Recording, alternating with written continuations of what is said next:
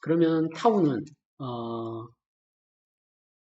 B1 곱하기 B2겠네요. 그죠? 1ms 이렇게 되고요. 델타 T는 대개는 타우의 10분의 1 정도 잡습니다. 뭐 더 짧게 잡아도 되는데 안 그러면 개수가 너무 많아지니까요. 지금 이제 하려고 하는 게 요 식을 완성을 하려고 그래요. 만약에 시리즈 형태의 이렇게 생겨 있는 회로다라고 생각을 하면 일단 프리퀀시 리스폰스도 있고 타임 도메인 리스폰스도 있어요. 일단 타임 도메인을 보려면 인덱스를 제로에서 제로고 얘는 하나를 다 하죠. 이렇게 하고요. 타임은 곱하기 dt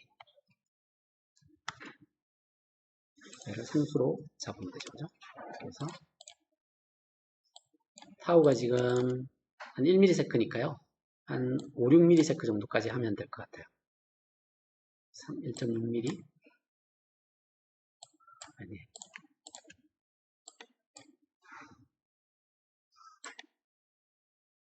여기까지 80 정도까지 하죠. 그러면 한 7ms 정도까지 가니까 리스폰스를 볼 수 있을 것 같아요. 여기에서 이제 뭘 해야 되느냐 하면 요 식을 적어야 됩니다. 이제 VO의 리스폰스를 적어야 되는데요.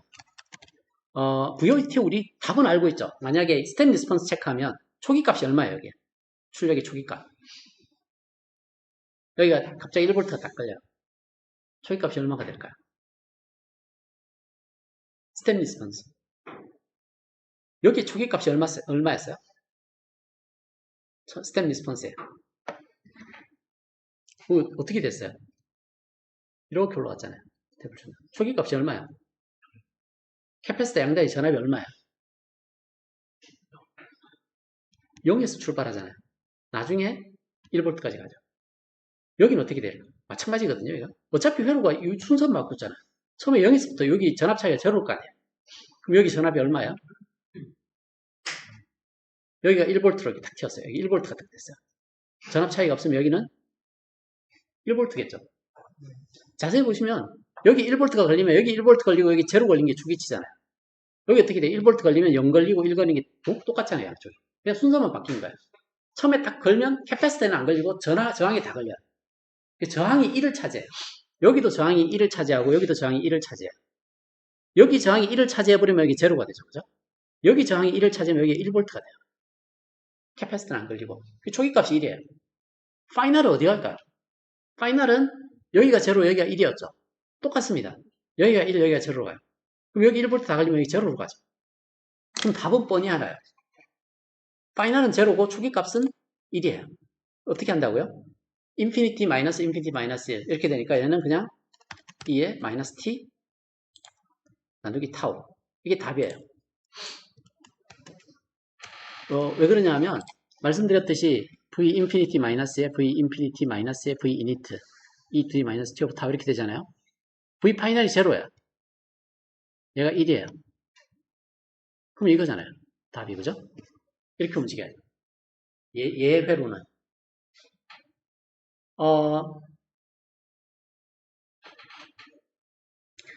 이건 원래 여기에 출력 신호의 답은 이렇게 돼요. 이렇게 되죠. 그죠? 그래서 이 두 개 뒤집어 생각하면 사실 얘가 뭐고 얘가 뭔지를 잘 볼 수 있어요. 그래서 지금 그렇게 생겨 있는 게 여기 답이에요. 여기요. 이렇게 하면 실제로 우리가 답이 이렇게 되는지를 알아요. 그리고 만약에 VO를 우리가 근사해서 요 타임 스텝으로 계산하겠다 그러면 이 식을 쓰면 돼요. 시퀀스를. 일단은 여기 초기값은 1이에요. 초기값은 알아야 되니까요. 초기값이고요. VON은 n의 값은 일단은 여기에 이전의 값 하고 마이너스의 델타 t 나누기 타우 곱하기 VO의 n-1 지금 보면 이게 델타 V는 어차피 1로 가만히 있기 때문에 얘는 제로예요. 유닛 스텝이면 이렇게 변화가 없거든요. 그래서 얘는 제로로 가요. 그럼 여기 마이너스가 여기로 나와요. 이렇게 적는 거예요. 이렇게 나오겠죠. 그죠? 그걸 적어 놓은 게 여기 식입니다. 보시면 Vn-1 델타 t 나누기 타우 곱하기 VON-1 이렇게 되거든요. 요 두 개가 상수죠, 그죠? 델타 T하고 타우가 상수예요. 이렇게 해서 계산하면 얘는 근사한 거예요. 그래서 얘 둘을 한번 그려보면 끝이 80이었죠.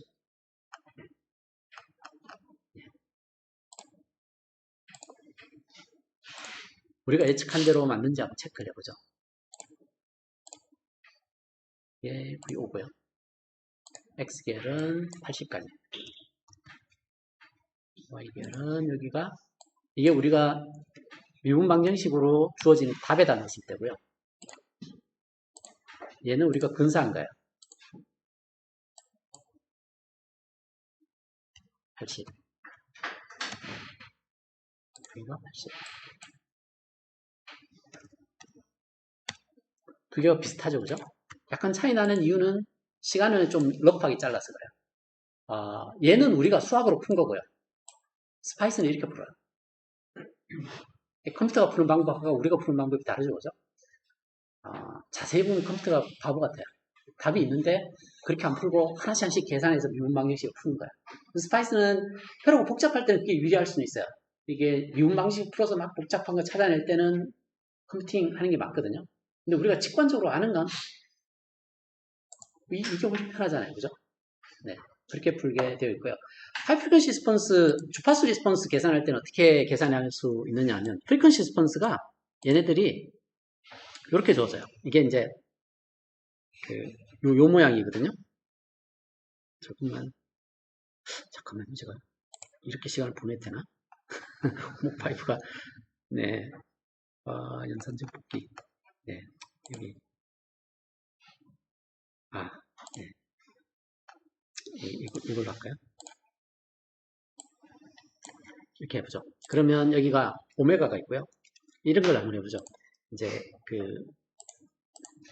앞에하고 똑같은 회로를 해보면 J오메가를 해서 해볼게요. J오메가는 하이 프리퀀시는 J오메가 나누기 J오메가 오메가 제로 플러스 J오메가 이렇게 돼요. 이게 보통 하이 프리퀀시 리스폰스 모양이거든요. 모양을 보시면 비슷한데 여기가 오메가 제로일 때는 로우 패스 필터고요. 여기가 J 오메가면 하이 패스 필터. 자, 오메가보다 오메가 제로가 훨씬 작을 때 그때는 사실 90도부터 출발합니다. 얘를 무시하면 90도 출발하거든요. 원래 로우 패스는 어떻게 해요? 제로 쪽 0도부터 출발했죠. 0도에서부터 마이너스 90도까지. 근데 얘는 자세히 보시면 90도에서 0도로 걸어와요. 페이즈 리스폰스가 좀 달라요. 그래서 여기를 프리퀀시를 제가 1라디안부터 이거를 1.25 스텝으로 한번 해보죠. 로그 스케일로 변수를 만들 때는 이렇게 잡으면 돼요. 여기를 제가 식을 지수로 하고 여기가 어디까지 해야 될까요? 몇 개까지 해볼까요? 너무 클 것 같긴 한데 85 메가헤르츠가 넘어가네요.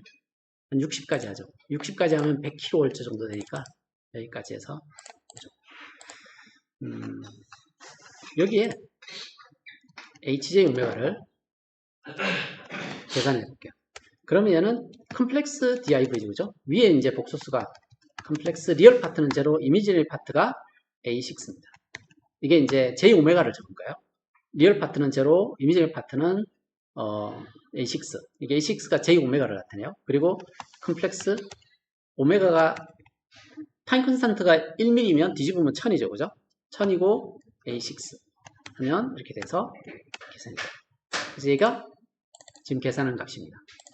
여기에서 dB 스케일로 HM를 그리고 보데 플롯을 그릴 때 20로그에 10에 IM ABS B6 크기를 계산하라고 하면 얘가 dB 스케일로 이걸 플롯해 줍니다. 그리고 앵글은 IM 아그먼트의 B6인데 이게 라디안이기 때문에 180 나누기 파이를 하면 디그리 각으로 바꿔줍니다. 이걸 플롯하면 보데 플롯이 되게 됩니다. 플롯을 한번 해보면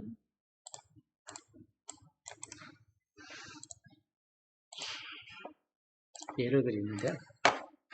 제가 60까지 했던 걸로 기억나요? 60. 또 하나가 이고요. 60. 60. 이고요. 여기를 로그 스케일로 잠깐 좁아서 로그라고 여기를 고저축을 하면 이게 보드 플랫이에요. 지금 보시면 코너 프리퀀시 기준으로 하이패스 필터처럼 생겼죠. 여기 0dB입니다. 이렇게 떨어지게 되어 있고요. 페이즈는 90도에서부터 0도로 이렇게 떨어집니다. 여기가 코너 프리퀀시 있는 자리야. 1000이라고 되어 있는 자리 여기거든요. 여기가 코너 프리퀀시, 여기가 마이너스 3dB 떨어지는 자리고요. 저희들이 어심토팅 라인으로 그리면 이렇게 그리고 이렇게 그립니다. 그래서 지금 프리퀀시 리스폰스는 이렇게 주어지고 타임 도메인 리스폰스는 이렇게 주어집니다. 그게 지금 방금 말씀드렸던 로패스 필터, 로패스하고 하이패스의 구조를 나타냅니다. 네.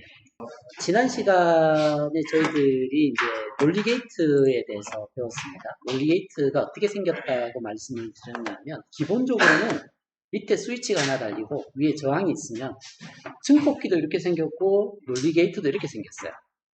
논리게이트는 여기를 완전히 껐다가 완전히 켜는, 다시 말해서 여기에 레지스턴스가 제로가 됐다가 무한대가 됐다가 왔다 갔다 하는 상태면 로직 게이트로 동작을 하고요. 그 사이의 저항, 요 사이에 임의의 저항으로 바뀌면 증폭기로 동작할 수 있다고 말씀을 드렸습니다. 이렇게 했을 때 여기 스태틱 파워 전력 손실이 생기기 때문에 위에도 스위치를 달면 그러면 CMOS가 됩니다. 밑에도 스위치를 달고 위에도 스위치를 달면.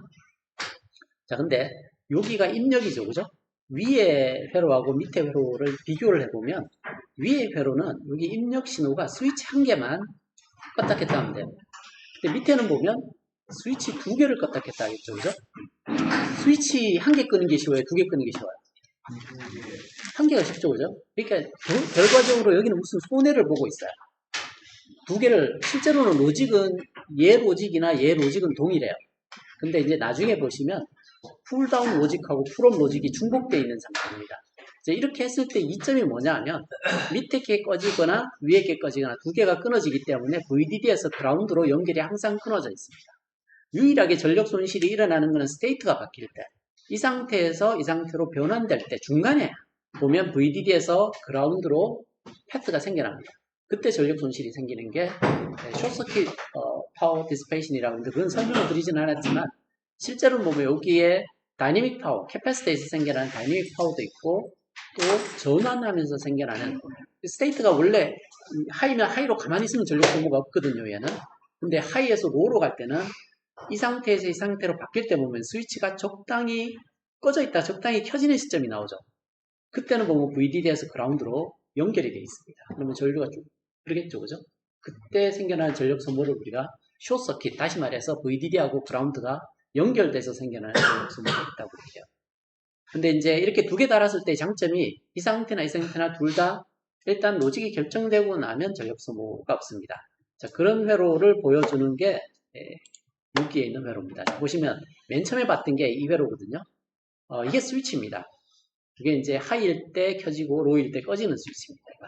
그래서 이게 첫 번째 보여줬던 회로고요.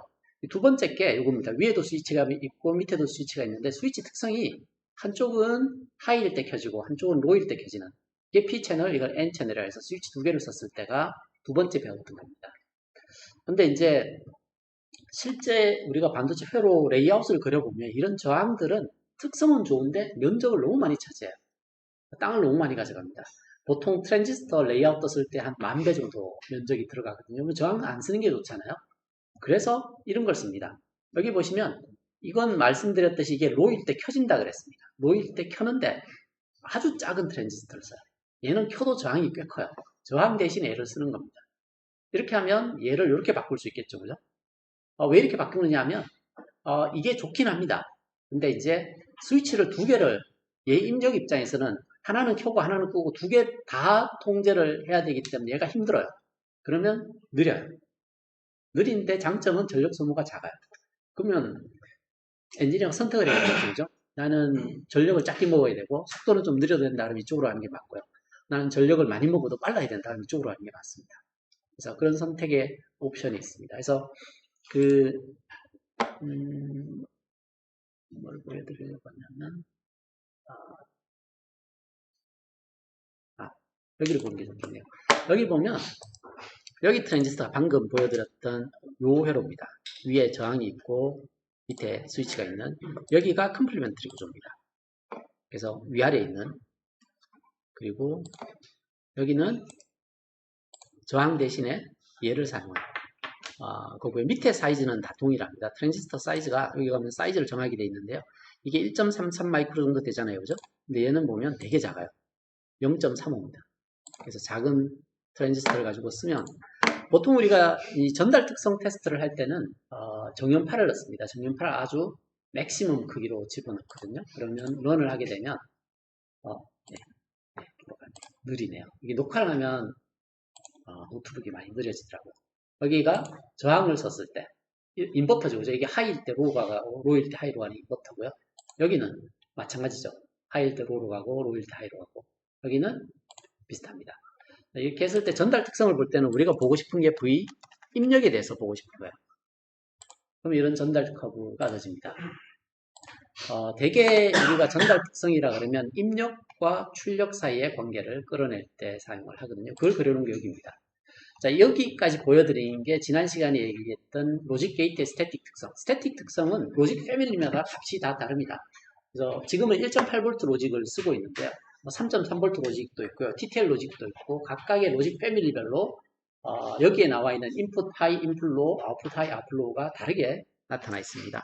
예를 들어서 지금 빨간색으로 보이는 게 뭐냐면 이겁니다. 저항 썼을 때. 저항 썼을 때 보면 이렇게 오다가 빨간 커브를 따라서 이렇게 내려가요. 자, 그러면 뭐가 인풋 하이고 뭐가 인풋 로우고 뭐가 아웃풋 하이고 뭐가 아웃풋 로우인지를 봐야 되는데요. 여기 값이 수렴되어 있는 게 V 아웃풋 하이입니다. 여기 수렴되어 있는 게 V 아웃풋 로우. 이건 아비어스입니다. 자, 얘는 뭘까요? 어디를 인풋 하이, 인풋 로우로 잡을까요?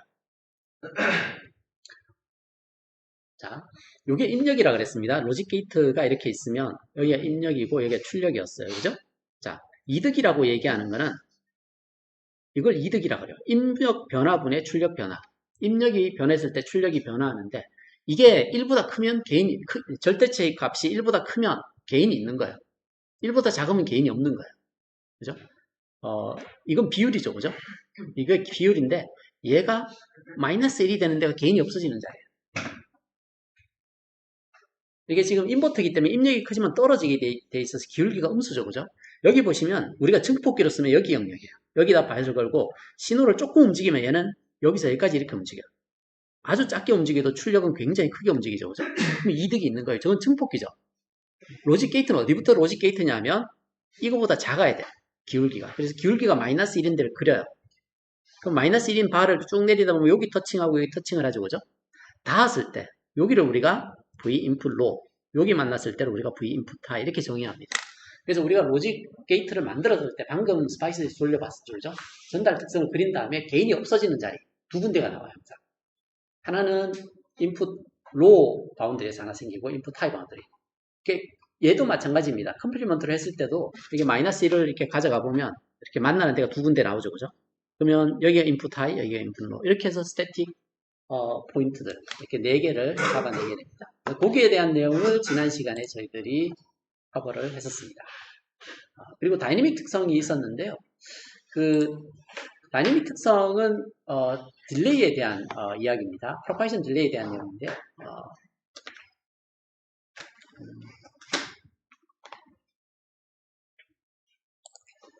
여기를 한번 보죠.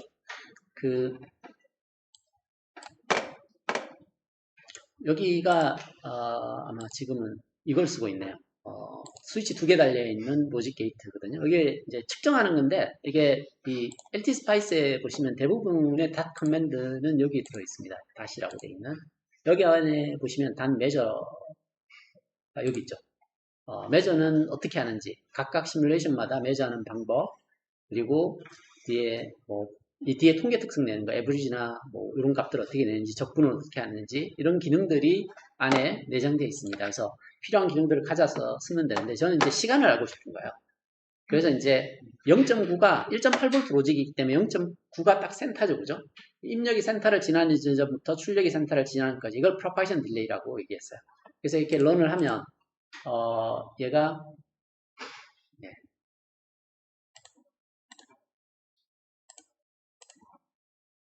빨간색으로 하는 게 낫겠네요. 지금 입력이 여기 20 나오는데 이게 라이징 할 때 출력이 폴링을 하고요. 입력이 폴링을 할 때가 라이징을 하죠, 그죠? 그래서 여기 딜레이 0.9 근처에서 요 차이, 요 딜레이가 여기 딜레이가 0.9일 때 요 시간 차이가 propagation 딜레이다. 그래서 매저 함수 가지고 측정을 하면 여기에 propagation 딜레이가 얼마인지 알려줍니다. 여기 보시면 두 개의 포인트를 찾아내고 propagation 딜레이는 지금 피코다니까 416 피코 정도 되네요. 거진 한 400피코 정도, 이 시간이 한 400피코세컨 정도 된다는 의미입니다. 그래서 그렇게 해서 다이내믹 특성을 찾아냅니다.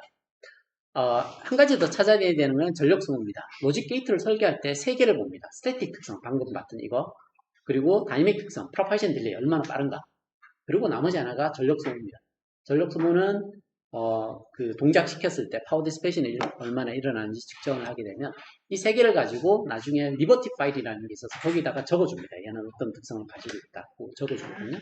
그러면 나중에 우리가 베를로그로 작성한 RTL 코드를 합성을 할 때 리버티 파일을 읽어가서 그걸 합성을 할 때 얘가 특성이 어떻게 되는지를 고려해서 설계를 하게 됩니다.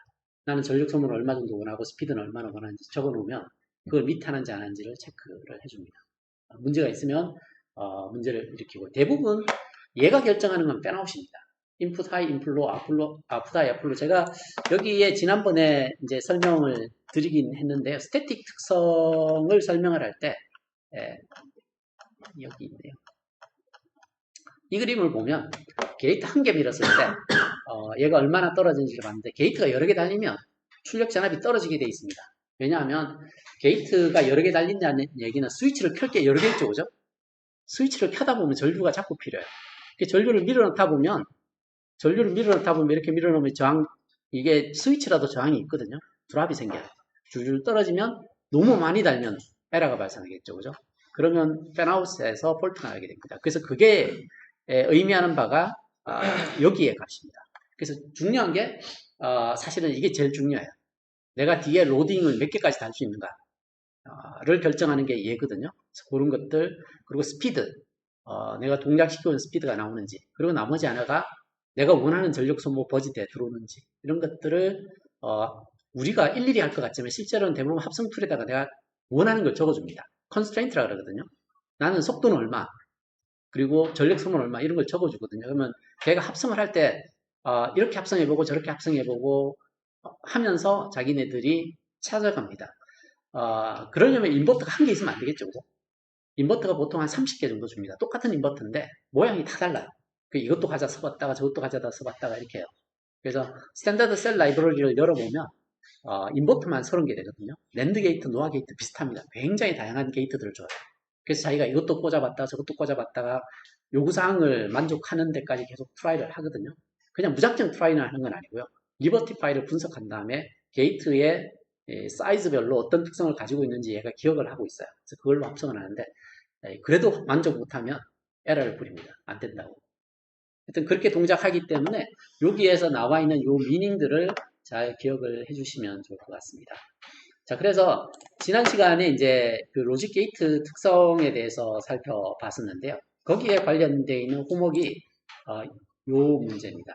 어떻게 생긴지 아시겠죠? 스위치를 켜는 겁니다. 스위치를 켜는데 입력에 따라서 스위치의 저항이 달라집니다. 만약에 입력의 저항이 1V보다 낮으면 이건 꺼져 있습니다. 아주 로우기 때문에 91kΩ 정도 됩니다. 근데 얘가 2V보다 커지면 1kΩ으로 켜지게 됩니다. 이 사이에 있으면 보통 대개는 이 사이에 있는 것들이 증폭기 동작할 때 방금 제가 보여드렸듯이 하다 보면 하이도 있고 로우도 있지만 그 사이에도 없을 수는 없잖아요, 그죠? 어떤 영역 안에서는 이상한 저항을 가지고 있어요. 그 저항 값을 이렇게 적어줬습니다. 자, 이것 어떻게 계산을 할까요? 이렇게 한번 해보죠.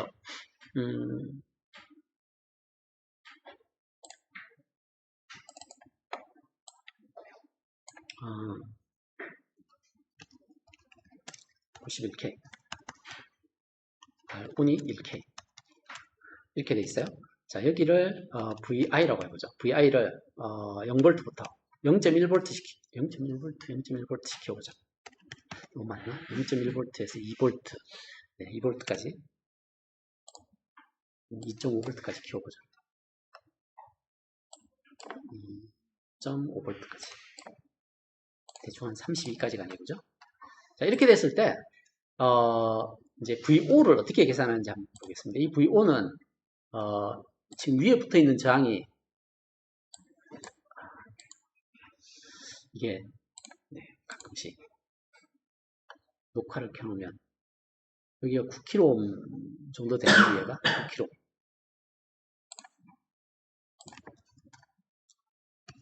9kΩ 정도 됩니다. 자, 그러면 여기는 실제 출력 전압은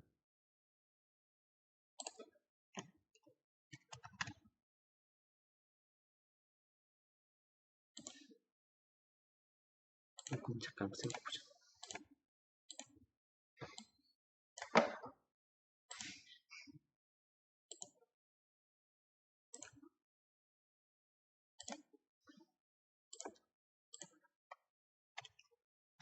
디바이드 룰에서 주어질 겁니다.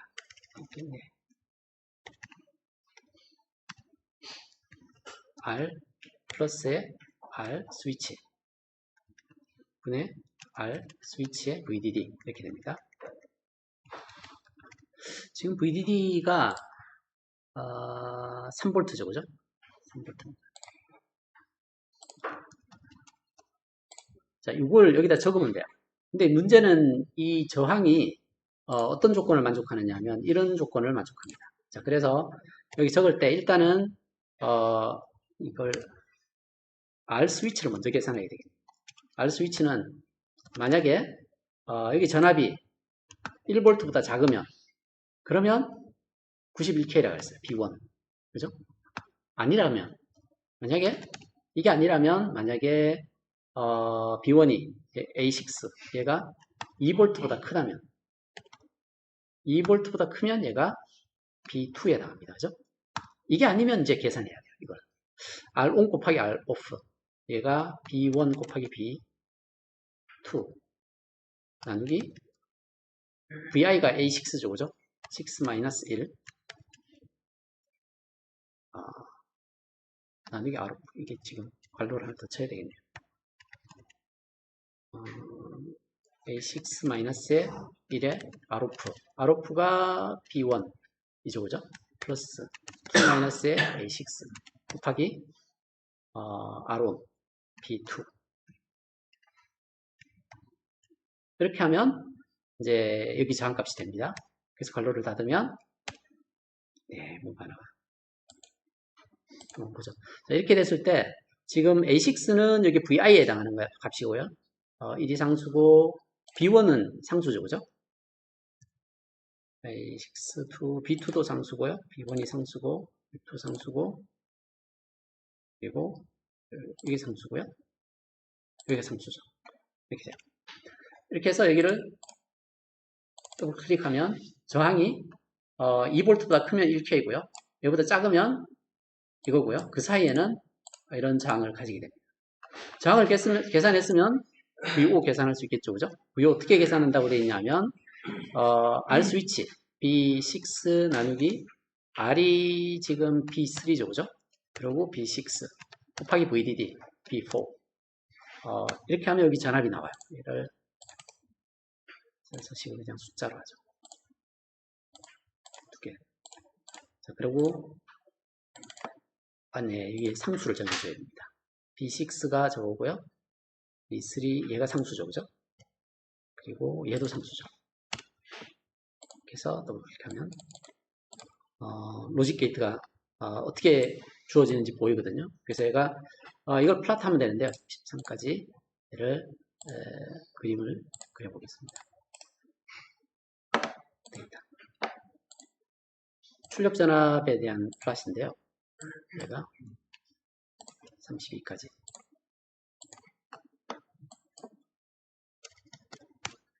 그러면 이런 로직 게이트입니다. 여기는 하이고요. 이렇게 해서 로로 떨어집니다. 여기 2V 이상 되면 1K가 되고요. 1V 이하면 91K고 그 사이는 이렇게 변합니다. 자, 그러면 여기 채우는 거를 할 수 있겠죠, 그죠? 그리고 켜지거나 꺼졌을 때 이게 RC 타임은 이게 캐패시터가 있고 레지스터가 있으니까 RC 타임을 찾아서 RC 타임은 항상 이니셜 값하고 파이널 값만 알면 충분히 찾아낼 수 있는데 여기 보면 그 VO의 출력식을 정하라고 돼 있는데 VO의 출력식은 실제로는 얘가 로우에서 하이로 가기 때문에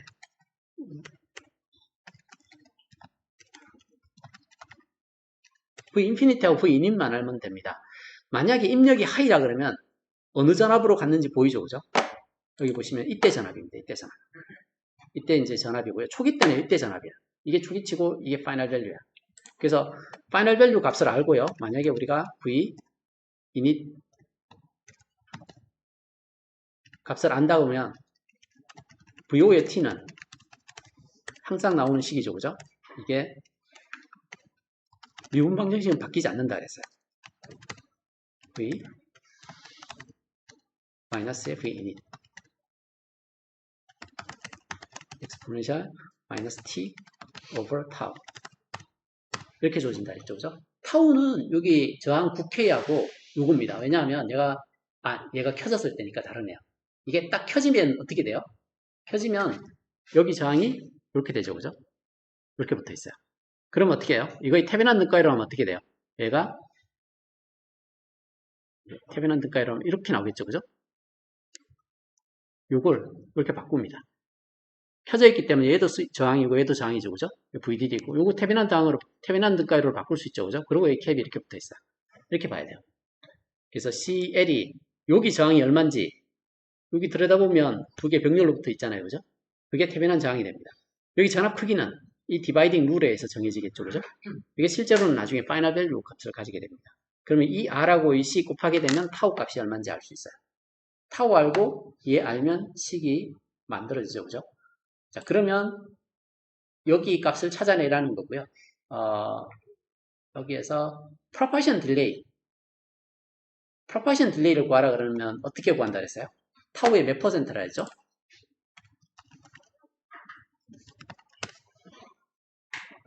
지난 시간에 여기 보면 타우의 70% 정도 된다 그랬죠, 그죠? LNA2가 저 정도 된다 그래서 타우에 이 정도 하면 이게 propagation delay가 나와요. 그거 구하라는 거니까 할 수 있을 겁니다. 그리고 rising time은 2.2 타우죠, 그죠? 그래서 찾으시면 돼요. 자, 그리고 그 다음 문제는 이제 여기 내용인데요. 잠깐만요, 여기네요. 아닌데, 뭐가 빠진 것 같은 느낌. 여기. 네, 증폭기에 대한 내용입니다. 지금까지 했던 게 이제 로직 게이트고요. 그 다음에 여기 나오는 게 이제 증폭기에 대한 내용이거든요. 여기 보면 이 증폭기를 만들 때 증폭기가 크게 보면 디퍼런셜이 들어와서 디퍼런셜로 나오는, 다시 말해서 입력 신호라고 얘기하는 게 두 터미널 사이의 전압 디퍼런스 이렇게 들어가고 출력도 이 두 터미널 사이의 디퍼런스로 주어지는 증폭기가 있고요. 그리고 어떤 경우에는 입력과 출력이 서로 공통으로 공유하고 있는 그라운드 라인이 하나가 있어요. 그리고 여기에 전압이 입력이고 여기 전압이 출력이고 이렇게 되어 있는 것들이 있습니다. 이렇게 생겨 있는 걸 우리가 차동 증폭기라고 그러고요. 여기 있는 걸 우리가 싱글 엔디드 증폭기라고 합니다. 특성은 둘 다 동일합니다. 증폭이라고 얘기하는 건 입력이 전압일 수도 있고 전류일 수도 있어요. 출력도 전압일 수도 있고 전류일 수도 있어요. 그러면 컴페어링을 맺게 되면 입력을 전압으로 주고 출력을 전압으로 따게 되면 볼티지 앰프가 됩니다. 둘 다 볼티지면. 그래서 볼티지 증폭기가 되고요. 입력은 전압인데 출력이 전류면 이건 트랜스 컨덕턴스입니다. 단위가 컨덕턴스 단위거든요. 그리고 입력이 전류고 출력이 전류면 커런트 앰프입니다. 그리고 입력이 전류고 출력이 전압이면 트랜스 임피던스 앰프고요. 또 그 전력이나 RF 회로인 경우에는 전압 전류의 비보다 파워의 비를 중요하게 여기는 경우가 있습니다. 그래서 입력 파워와 출력 파워가 중요한 경우에는 파워 게인으로 적기합니다. 그래서 DB 스케일에 대해서는 지난번에 한번 설명을 했기 때문에 여기서는 넘어가겠습니다. 자, 그래서 이제 증폭기는 입력 전압이 줄었을 때 출력 전압에 이득이 생겨나는 이런 구조를 가지고 있는데 이거의 등가 모델이 항상 이런 모양이 주어집니다. 이게 증폭기거든요. 이게 증폭기입니다. 그래서 여기 증폭기가 있으면 여기 시그널 소스는 항상 테베란 등가이로나 노턴 등가이로로 표시가 됩니다. 이렇게. 그리고 로딩이 이렇게 있어요. 자, 이게 이제 로드예요. 자, 우리는 이게 관심이 있어요. 자, 얘를 알고 싶으면 얘가 전압 증폭기일 수도 있고 전류 증폭기일 수도 있고 트랜스임피던스, 컨덕턴스 앰프 다양하게 있죠, 그죠? 우리가 그냥 가장 많이 보는 게 뭐 볼티지 앰프예요. 전압 증폭기. 자, 증폭기, 볼티지 증폭기는 뭐든 상관없는데 전압 증폭기라고 생각하면 얘를 우리가 알려면 몇 개 파라미터가 필요할까요? 생각을 해봐요. 만약에 여기 입력을 이렇게 줬어요. 그러면 여기 들어가는 입력이 있을 겁니다. 얘와 얘는 차이가 나겠죠. 그리고 출력 쪽에 또 신호가 나오는데 이렇게 나올 수도 있고 또는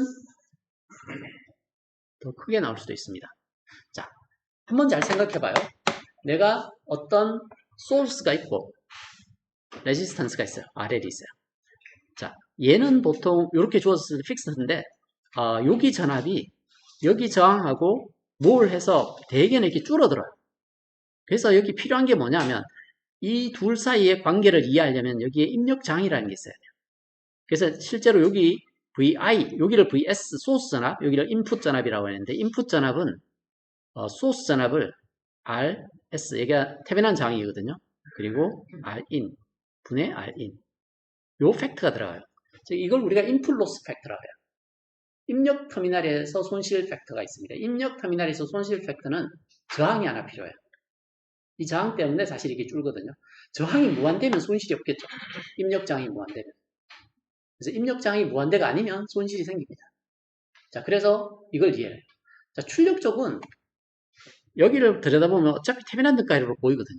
모든 회로는 테베난 등가이로로 보입니다. 테베난 등가이로는 전압 소스 하나, 저항 하나 이렇게 보이겠죠, 그죠? 두 개 파라미터가 필요해요. Rout 그리고 A, VO, VI 이렇게 돼요. 여기 전압이. 이제 전압 소스 하나 저항으로 보여서 이렇게 디바이딩이 돼요. RL 플러스 Rout 분의 RL. 이게 출력 손실 팩터를 만들어내요. 그래서 이 RL이 뭐냐에 따라서 이게 전압 값이 이렇게 나오기도 하고 이렇게 나오기도 하죠, 그죠? 자, 그러면 얘는 몇 개 파라미터로 기술이 될 수 있어요? 입력장 필요하죠. 손실을 표현하니까. 출력적이 로드에 따라서 달라지니까 로드에 따라서 출력이 달라지려면 Rout이 있어야 되죠. 그래서 손실이 RL이 뭘 다르냐에 따라 달라지잖아요. 그죠? 그렇게 생각하셔도 되고 테베난 등가이로기 때문에 여기 저항하고 전압 소스를 알아야 되기 때문에 여기 전압 이득을 알아야 돼요. 여기까지. 그래서 이런 파라미터를 보시면 하나, 둘, 세 개가 필요해요. 그래서 세 개 파라미터가 있으면 증폭기가 어떤 특성을 가지고 있는지 이해를 할 수 있습니다. 그래서 증폭기를 분석하라 그러면 세 개를 찾으면 돼요. 입력장이 뭐고 출력장이 뭐고 이득이 얼마냐. 이 세 개를 찾으면 증폭기 해석이 됩니다. 자, 그래서 여기를 한번 볼게요.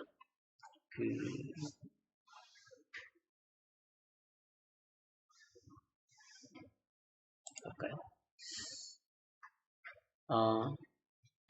제가 여기에 보시면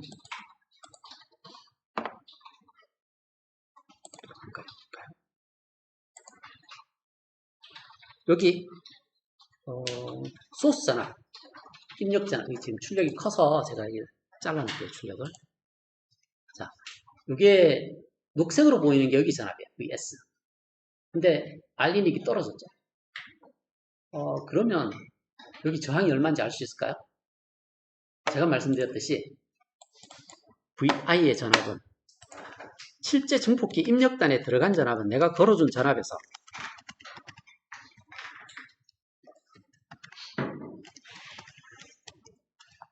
이렇게 주어지거든요. 여기서 알고 있는 게 내가 얼마 걸었는지, 드라이브를 얼마 했는지, 그리고 소스 자체가 가지고 있는 인터널 저항, 이게 얼마인지 이건 테베난 등가에서 주어져야 되잖아요. 이거 기분이에요. 자, 이걸 측정을 했어요, 우리가.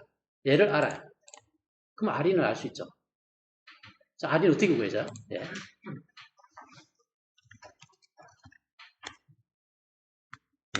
일단 이렇게 될 것 같네요. 뒤집어서 넘기면 RS가 여기 있을 거고요. VS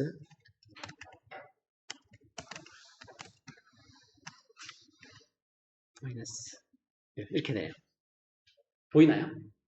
여기 넘기면 이렇게 되죠, 그죠? 자, 이걸 계산하면 나와요. 자, 그래서 여기서 R인 계산하는 걸 한번 볼게요. 매저 하는데 일단 트랜전트고요. 여기를 알아야 되는 게 V 소스의 픽투픽, 픽투픽을 잴 거고요. V의 VS 얘를 재야 돼요. 그리고 트랜전트의 V 인의 PP 인풋 터미널의 전압 두 개를 알면 저항값 구할 수 있죠, 그죠? 어떻게 구한다 그랬어요? R인을 계산하고 싶은데 이 구문은 닷 인덱스, 닷 커맨드를 한번 보세요. 파라메트릭 계산을 해서 지금 RS가 1K죠, 그죠? 1, 2의 3승 나누기 VSPP 나누기 V인 PP를 나눠서 마이너스 1이니까 이게 괄호를 여기다 또 쳐야 되네. 이렇게 하고 이렇게 하면 이게 여기 적은 식이에요. 그래서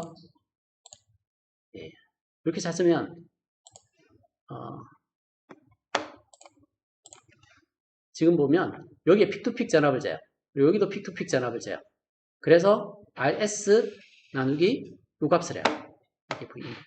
이렇게 해서 다시 런을 해볼게요.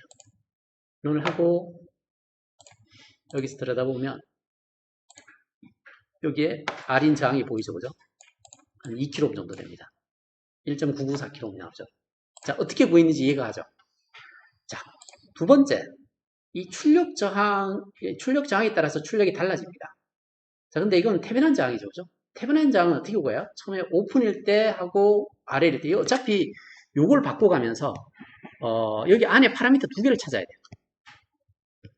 파라미터 두 개를 찾으려면, 두 개를 매저를 해야 되죠, 그죠? 두 개를 매저해야 되는데, RL을 바꿔가면서 해야 돼요.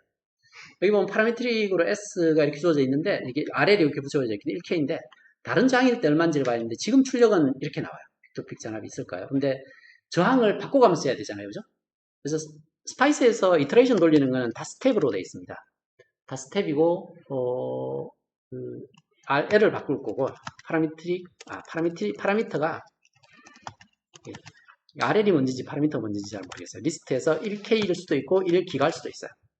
이렇게 넣어주면, 얘가 RL이 1K일 때 한번 돌리고, 1기가일 때 한번 돌리고, 그렇게 시뮬레이션 하게 됩니다. 그래서 런을 한번 해보겠습니다.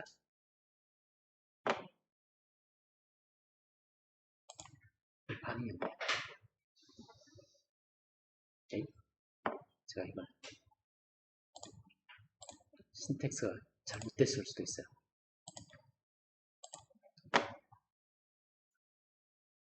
스텝에서 리스트를 적었나요, 제가? 적었는데?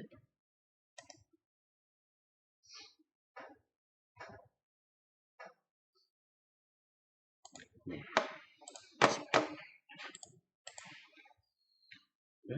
출력 전압을 재고, 이터레이션이 안 돈 것 같은데요?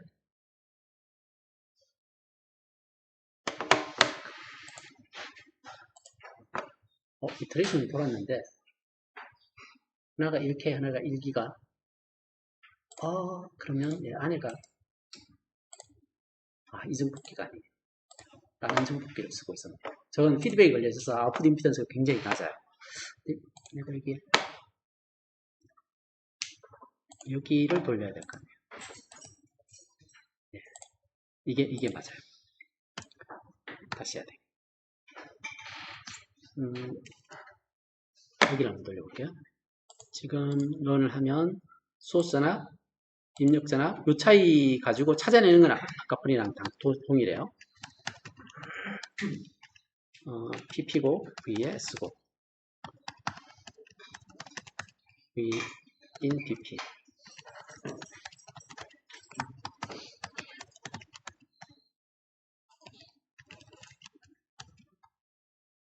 아웃 이렇게 되겠네요. 그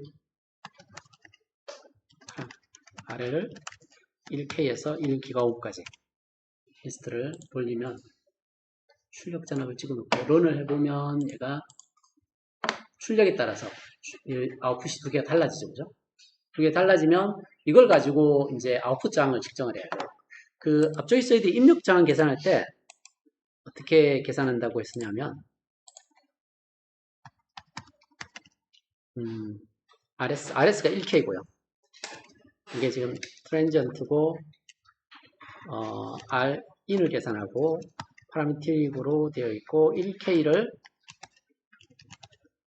VSPP에서 VINPP로 나눈 걸 1을 빼서 계산하면 이게 Rin 계산하는 거라고 말씀을 드렸고요.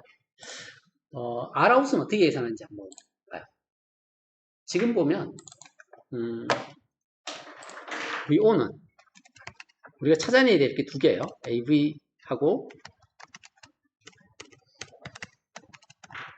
이게 이제 전압 이득에 해당하거든요. 이 전압이 이 저항과 이 저항이 디바이딩 돼서 출력으로 나와요. 그래서 RL, RO 플러스 RL. 여기서 우리가 찾아야 돼야 되는 값이 AV하고 RO 두 개를 찾아야 돼요. 우리가 측정할 수 있는 게 VO 하고 RL을 우리가 조절할 수 있어요. 이걸 우리가 컨트롤하고 값을 알고 있는 값이에요.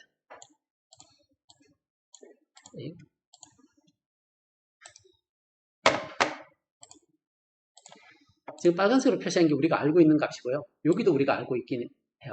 이게 얼마인지. 자, 모르는 게 두 개죠, 그죠? 모르는 게 두 개이기 때문에 두 번 측정이 필요합니다. 그래서 아래를 두 번 바꿔가면서 측정한 이거 두 개가 있어요. 두 세트가 있으면 구해낼 수 있죠, 그죠? 어떻게 구해낼까요? 첫 번째, 얘를 했을 때, 첫 번째 RL일 때, 하고 두 번째 RL일 때를 계산하면 되는데요. 쉽게 RL이 무한대일 때는 1이겠죠, 그죠? 무한대일 때를 하게 되면 얘가 1이기 때문에 AV가 바로 구해지죠. VI 알고 VO 하니까.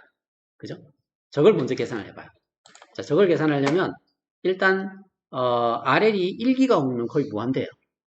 얘 구성이니까 이제 그걸 계산을 해야 되는데 AV를 나중에 잘 해석을 해야 돼요.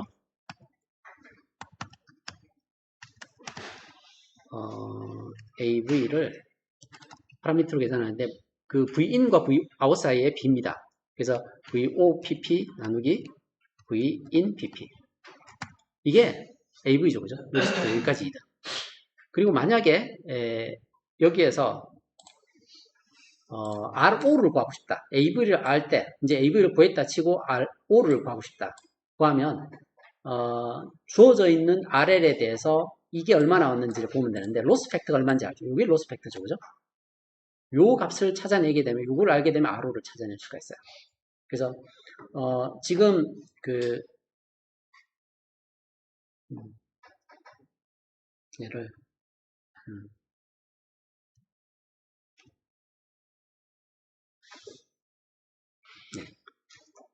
첫 번째 찾아냈던 이 값에서 이게 이제 우리가 AV, VIN을 알면 거기에서 뒤에 걸 곱했을 때 얘가 나오는지를 찾아내면 되거든요. 그래서 VOPP만 알면 찾아낼 수 있습니다. 그래서 얘를 이렇게 찾아내면 될 거예요. 그러니까 RL이 이렇게 돼 있으면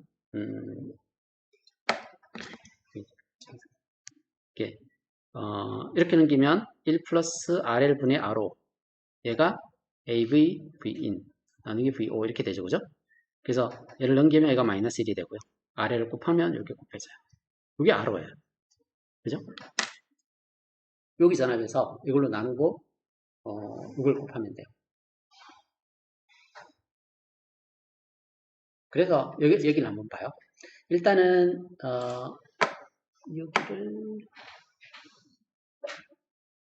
여기네요. 여기까지 해서 한번 런을 한번 해볼게요. 런을 해보면 자, 여기 보면 첫 번째 이터레이션 첫 번이 1K일 때고요. 이터레이션 두 번째가 1기가 옴일 때요. 자, 그래서 여기에서 이제 R인을 계산한 게 여기인데요. R인은 한 2kΩ 정도 됩니다.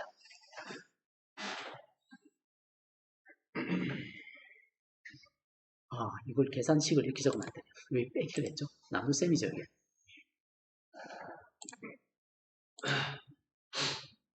이렇게 해야 되죠. 네, 여기가 나누기가 돼야 돼요. 네, 실수가 없네요. 그래서 찾으면 R인 값이 나오는데, R인 값이 한 1kΩ 근처가 나옵니다. 얘도 998.12 뭐 이렇게 나오죠, 그죠? 자, 그리고 여기가 이제 여기가 첫 번째가 1K일 때, RL이 1K일 때 8V 픽투픽, RL이 1기가일 때 10V 픽투픽 이렇게 나와요. 이게 10V 픽투픽이고요. 이거 8V 픽투픽이에요. 그래서 첫 번째 계산했을 때 이 값이 얼마냐 하면 10V 픽투픽이에요. RL이 무한대일 때, 무한대면 사실 얘가 1이잖아요. 그죠? RL이. 그래서 얘 값을 우리가 알아요. 얘가 10V 픽투픽이에요. 얘가 얼마냐 하면 8V 픽투픽이에요. RL이 1K일 때, 얘가 1K면. 그러면 요거 계산하면 R호가 얼마인지 구해낼 수 있죠. 그죠? 자, 이게 증폭기 캐릭터라이즈하는 건데요. 이제 그 전에 이제 뭘 보여드리려고 하느냐 하면, 여기는 원래 이걸 보여드리려고 한 건 아니고요. 여기에서 이제 증폭기를 런을 하고 나면, 여기가 소스고요. 여기가 인풋입니다. 이게, 무슨 자로 오죠. 말씀드렸듯이 VS하고 V인이 있는데 여기는 보면 DC가 실려 있어요. 얘가 지금 5V에 0.1V 진폭을 가지고 있거든요. 이게 VS가요. 그렇게 생겨 있는데 우리가 보통 증폭기를 기술을 할 때 이렇게 생겨 있습니다. 이게 이제 5V고 얘가 여기가 5V, DC가 5V고 0.1 사인 오메가 T 이렇게 들어가는 거예요. 입력이. 그러니까 여기에서 얘기하는 보통 지난번에 한번 말씀을 드렸는데 이렇게 적으면 이렇게 적으면 헷갈릴 수 있겠네요. 이게 컨벤션 중에 스몰 캐피탈에 라지 캐피탈, 이걸 우리가 라지 시그널이라고 얘기하고요. 얘는 DC 성분 더하기 스몰 시그널을 더한 거예요. 그래서 여기서 요 차이를 자세히 한번 보세요. 이게 이제 스몰 캐피탈에 서브스크립트로 라지 캐피탈을 쓰게 되면 DC 성분 플러스 스몰 시그널 성분이라고 얘기를 해요. 지금 보면 여기 DC 성분을 결정하는 게 이 텀이에요. 여기 보면 VS가 요걸 결정을 해요. 스파이스에서 보면, 여기에서 보면, 얘가 DC 5V에 0.1V 진폭이거든요. 여기 보시면 DC 5V에 0.1V 진폭입니다. 자, 이 DC 5V가 DC 값이고요. 0.1V가 스몰 시그널 성분입니다. 그래서 얘와 얘를 더하면 이 신호, 그러니까 다시 말해서 여기 신호, 이걸 우리가 라지 시그널 신호라고 합니다. DC가 섞여 있는. 그래서 지금 제가 여기서 보여드린 신호는 라지 시그널 신호예요. 5V에 신호가 이렇게 타고 있어요. 그죠? DC 플러스 스몰 시그널이 같이 있고요. 출력 전압도 여기 찍어보면 이렇게 나옵니다. 자, 근데 우리가 증폭기는, 실제 증폭기는 한계가 있어요. 신호를 계속 키우면, 예를 들어서 제가 여기를 1V까지 한번 키워볼게요. 그러면 포화 현상이 일어납니다. 지금은 보시면 출력이 정연파 모양을 가지고 있죠. 그죠? 근데 신호를 너무 세게 주면 클리핑이 됩니다. 앞뒤로 잘리거든요. 자, 여기를 제가 입력에 대해서 그려볼게요. V인에 대해서. VS에 대해서 그려보면, 네, VS가 VS네요. VS 전압에서 그려보면 이런 커브가 나옵니다. 보면, 지금 5V의 바이스를 걸었는데, 얘가 입력인데, 입력을 이렇게 키우다 보면, 세츄레이션 되는 데가 나오죠. 얘를 이렇게 보는 게 편하겠네요. 맥시멈 전압이 있어요. 제가 서플라이를 0에서 10V 사이를 걸었기 때문에 여기 테일 쪽에도 완전 제로로 못 가고요. 여기도 10V까지 못 가죠. 그죠? 자, 그 현상을 우리가 포화 현상이라고 합니다. 여기 보면 맥시멈 신호가 있어요. 증폭기가 낼 수 있는 미니멈 신호도 있습니다. 그래서 L 플러스라고 된 게 지금 여기에 최대값을 나타내고 L 마이너스가 최소값을 나타냅니다. 그러면 이렇게 생겨 있거든요. 이게 입력이고요. 이게 출력인데 여기에 입력 신호하고 여기에 출력 신호가 지금 상태에서 이게 리니어한가요? 선형이 아니죠. 난리니어예요.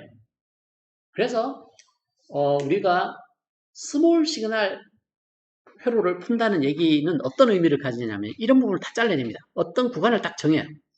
그러면 요 구간 안에서는 선형으로 근사할 수 있어요. 자, 뒤에 제가 스몰 시그널이라는 용어에 대해서 정의한 게 있어요. 스몰 시그널 용어의 정의. 선형 회로로 근사할 수 있는 범위. 저건 조금 주관적이긴 합니다. 나는 여기까지 약간 난리네가 있더라도 이걸 선형으로 볼 거라고 생각하면 조금 더 크게 가져갈 수도 있고요. 나는 아주 선형성이 좋아야 된다면 쭉쭉 펴서 할 수도 있고요. 어쨌거나 회로를 해석을 할 때 선형 회로로 해석을 해서 디자인하는 과정을 우리가 스몰 시그널 해석이라고 얘기를 하고요. 스몰 시그널이라고 얘기하면 기본적으로 난리니한 회로를 선형으로 근사할 수 있는 범위까지 줄인 걸 스몰 시그널이라 그러기 때문에 그 앞에 붙는 형용사 스몰이라는 게 어떤 절대적인 물리량을 나타내지는 않아요. 표로마다 다 달라요. 그래서 스몰이라고 얘기하는 말하고 동일한 게 리니어라고 생각하시면 돼요. 혹시 진행들은? 네. DC 성분이 커져도 똑같이 저런 형태의. 자, 그래서 얘기를 합니다. 자, 지금 바이어스를 여기를 걸었잖아요. 여기를 기준으로 이렇게 움직이면 제일 크게 움직일 수 있겠죠. 5V 기준으로. 내가 여기 바이어스를 걸었어요. 위로는 방이 많은데 밑에는 조금만 내려가도 죽잖아요. 그죠? 그러면 당연히 여기 센터에다가 바이어스를 걸어줘야지 제일 잘 동작하겠죠. 신호를. 그걸 바이어스라 그래요. 바이어스를 아무 데나 가면 안 돼요. 지금 말씀드렸듯이 제가 여기에 보면 바이어스를 걸고 신호를 넣는다 했죠. 그죠? 자, 이 바이어스를 어디 걸 거냐? 센터에 걸어야 돼요. 그게 방금 여기 나오는 후목입니다. 후목이 보면 증폭기가 있는데 이렇게 포화를 해요. 그죠? 자, 그러면 최대 출력을 내려면 어디에 바이어스를 잡아야 될까요?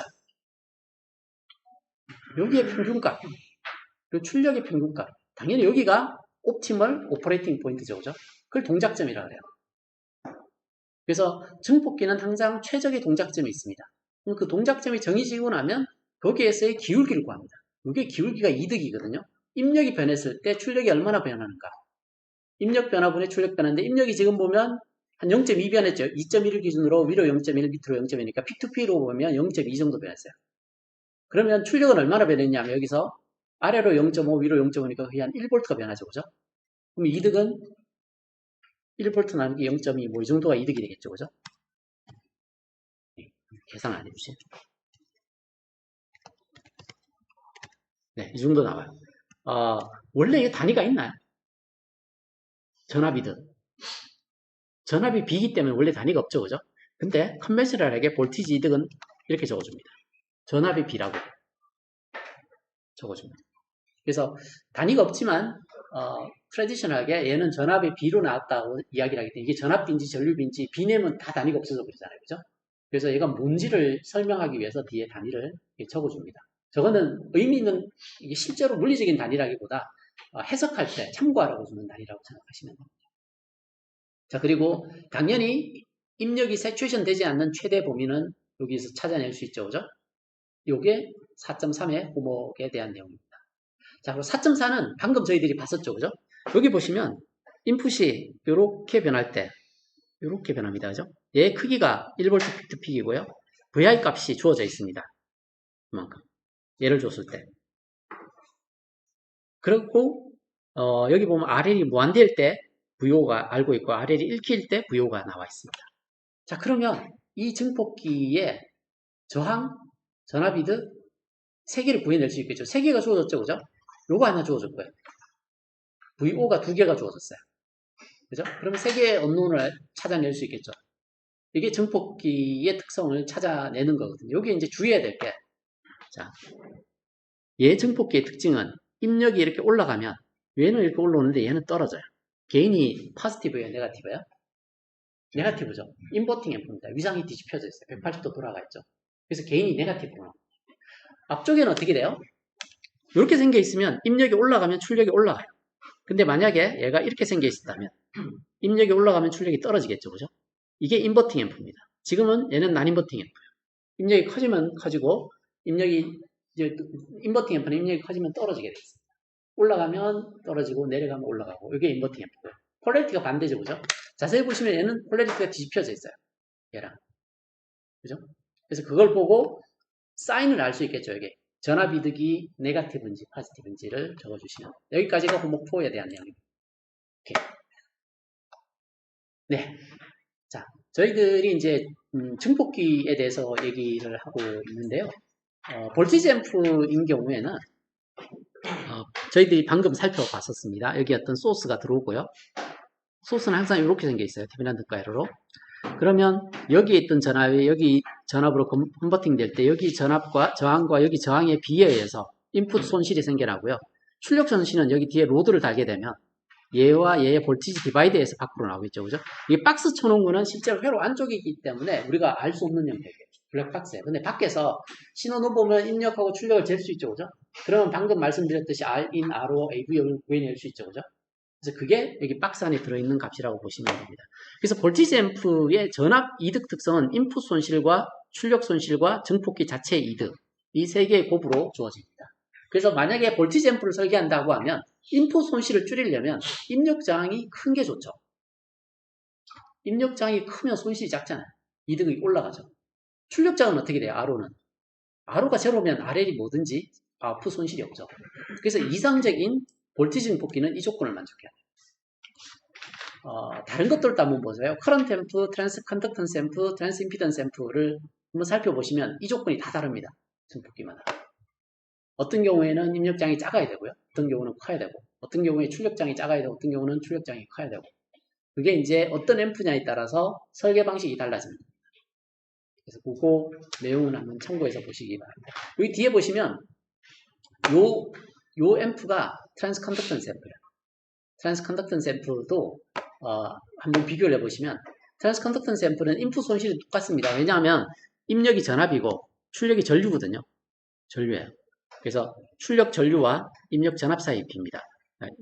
S겠죠. 그죠? 여기 보면 여기에 소스가 이렇게 똑같이 디바이딩 되기 때문에 인풋 손실은 얘와 동일한 모양을 가지고 있습니다.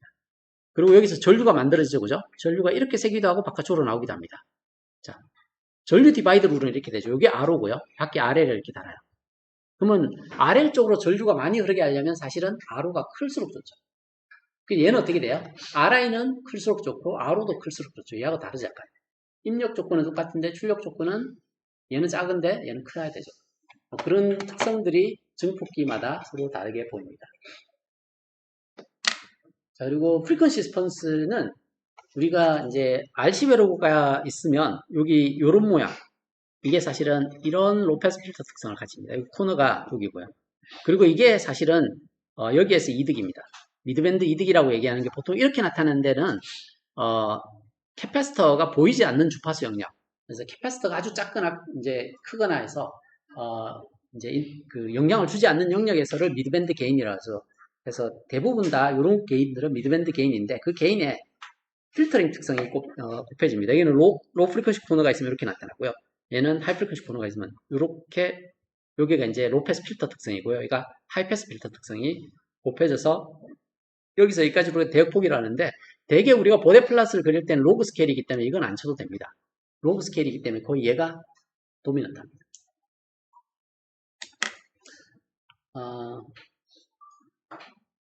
여기는 이제 여기 증폭기의 대역을 제한하는 캐파시터가 하나는 션트 캐파시터고 하나는 시리즈 캐파시터가 있을 수 있어요.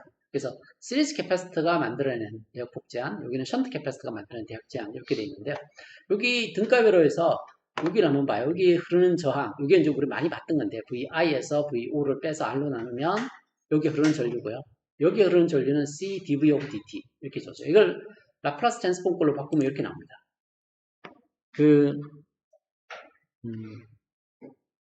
제너레이팅 펑션으로 바꾸면 사실은 이렇게 되죠. 그러니까 요 미분이라고 얘기하는 거기 때문에 Vn은 Vn-1 플러스에 델타 T 이렇게 타워 V에 I의 N 마이너스 VO의 N 마이너스 잠깐만 이렇게 되나?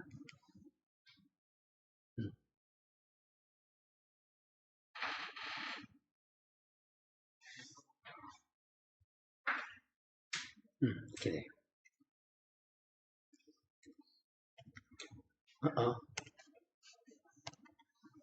우리가 보통 이렇게 생겨 있는 걸 뉴메리컬하게 풀 때는 여기에서 이거 빼서 델타 t로 나누면 이게 미분값이죠, 그죠? 미분값이다. 미분값. 그리고 이 부분은 여기를 적은 겁니다. 입력에 대해서. 그리고 여기 뭐 원오브 타워의 VO가 있죠, 그죠? 이 두 개가 요 값에 해당합니다. 이렇게 하면 우리가 이제 타임 도메인에서 얘의 리스폰스를 보여낼 수가 있습니다. 얘도 비슷하거든요. 얘는 어떻게 될까요? 지금은 여기에 대한 미분 얘는 똑같고요. 넘어가게 되면 저기 초기값이 나고요. 그래서 얘는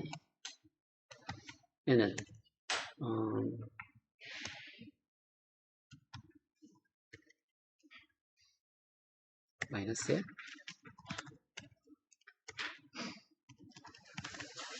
t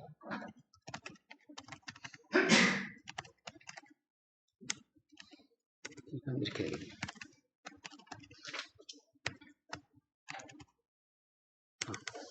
플러스 5에 n 마이너스 얘는 아마 이렇게 주어질 겁니다. 5는 여기를 플러스로 잡으면 위에 C가 똑같이 만들려면 얘를 이렇게 마이너스를 잡아요. 이렇게 주어지거든요. 이렇게 저희들이 로페스 필터 구조는 많이 봤는데 여기를 안 봐가지고 제가 하나만 드릴게요. 만약에 R이 1K고요. C가 1마이크로파럿이고요. 자, 출석을 제가 불러야 되겠네요.